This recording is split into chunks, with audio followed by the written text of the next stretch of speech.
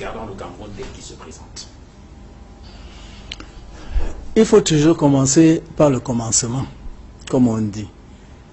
Avant Oumiobe, vous savez qu'il y a eu d'autres. Avant Oumiobe, c'était la période française, pour ainsi dire. Vous avez eu Douala Mangabel, qui a eu aussi son rêve brisé. Avant Douala Mangabel, vous avez parlé de mon grand-père, Locke Priso. Mais avant lui, il y en a eu d'autres.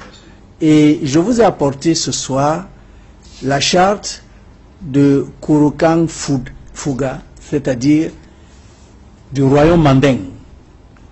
La charte, vous voyez ici, en combien? 44 articles.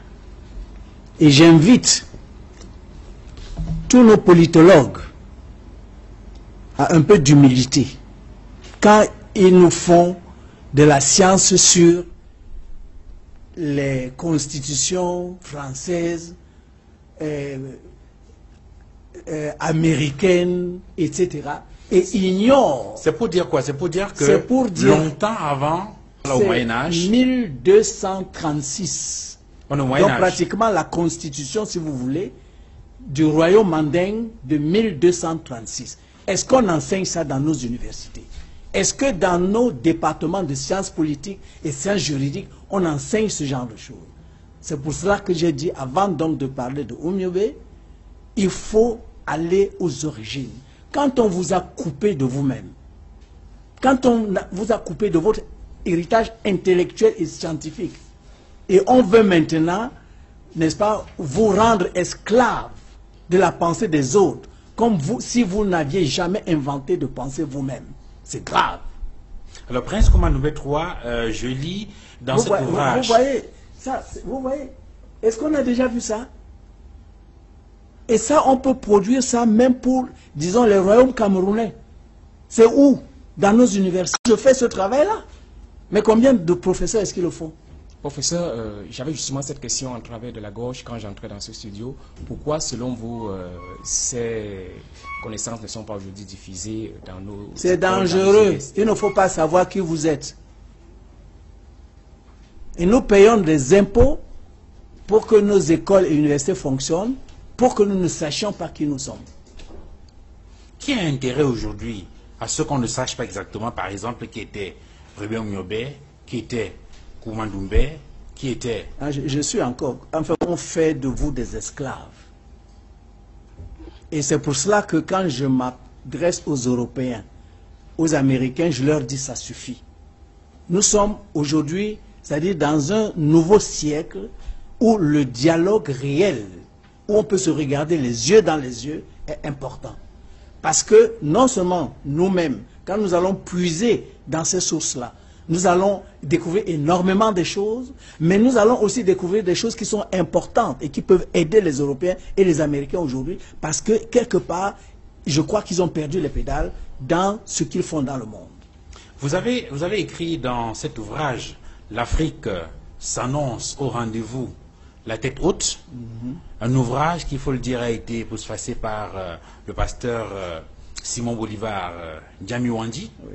Et à l'introduction, vous dites, je reprends ce que vous venez de dire, une personne dont la mémoire a été effacée ne retrouvera pas le chemin de la maison. Qui a effacé la mémoire des Africains?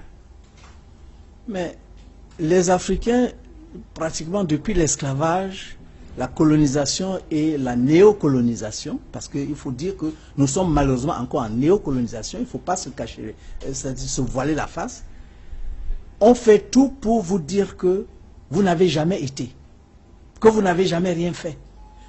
Je vous montre ici, et quand vous dites qui a intérêt, mais celui qui vous domine a intérêt. Vous avez ici l'os d'Ishango.